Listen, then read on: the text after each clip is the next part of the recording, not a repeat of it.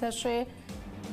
સીધા જ જઈશું, અમારી સાથે અમારા સંવાદદાતા ગૌરવ પટેલ જોડાઈ ગયા છે। ગૌરવ, કોંગ્રેસનું અધિવેશન અને થોડીક જ વારમાં દિગ્ગજ ચહેરાઓ પણ જોવા મળશે અને આ અધિવેશનની તૈયારીઓ કેવી ચાલી રહી છે, સાથે સાથે કેવા દ્રશ્યો ત્યાંથી સામે આવી રહ્યા છે?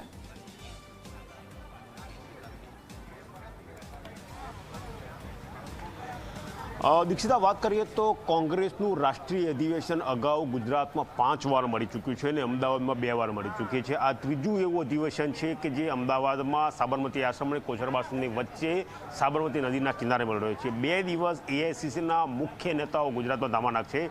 આ સીધા દ્રશ્યો તમે જોઈ શકો છો અમદાવાદના સરદાર પટેલ સ્મારકના, કે જ્યાં કોંગ્રેસની એક્સટેન્ડેડ CWCની બેઠક યોજાવાની છે, જેમાં 170 જેટલા કોંગ્રેસના સભ્યો હાજર રહેશે।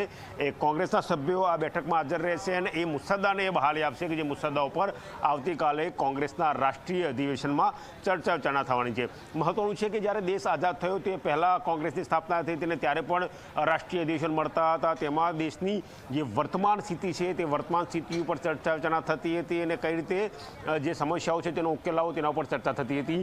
યુપીએ સરકાર હતી ત્યારે પણ કોંગ્રેસના રાષ્ટ્રીય અધિવેશન મળ્યા હતા અને એમાં જે મુસદ્દા તૈયાર થયા, એમાં જે નિર્ણયો લેવાયા, એ નિર્ણયોને આધારે જ અમુક કાયદા યુપીએ સરકારમાં બન્યા હતા। એટલે આજે જે મુસદ્દો તૈયાર થશે તેની આવતીકાલે ચર્ચા અધિવેશનમાં થવાની છે। વાત કરીશું રઘુભાઈ સાથે। રઘુભાઈ, કોંગ્રેસની CWCની બેઠક કયા પ્રકારના એજન્ડાની શક્યતાઓ જોઈ રહ્યા છો તમે?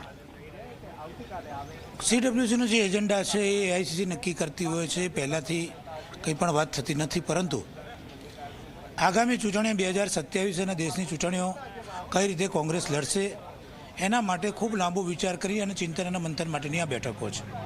64 વર્ષ પછી ગુજરાતના આંગણે આ અધિવેશન મળી રહ્યું છે, જેની અમને ખૂબ આનંદ છે અને કોંગ્રેસ આગળની રણભૂમિ નક્કી કરશે।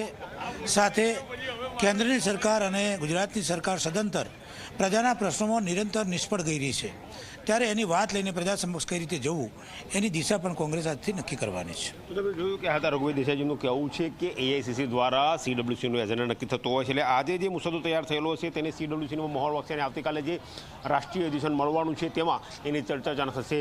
1700 કરતાં વધારે કોંગ્રેસના નેતાઓના ગુજરાતમાં ધામા થઈ ચૂક્યા છે। 170 CWCના મેમ્બરો છે જે આવી ચૂક્યા છે અને કેટલાક જે મેમ્બરો બાકી છે તે થોડી વારમાં અમદાવાદ એરપોર્ટ ખાતે પહોંચશે।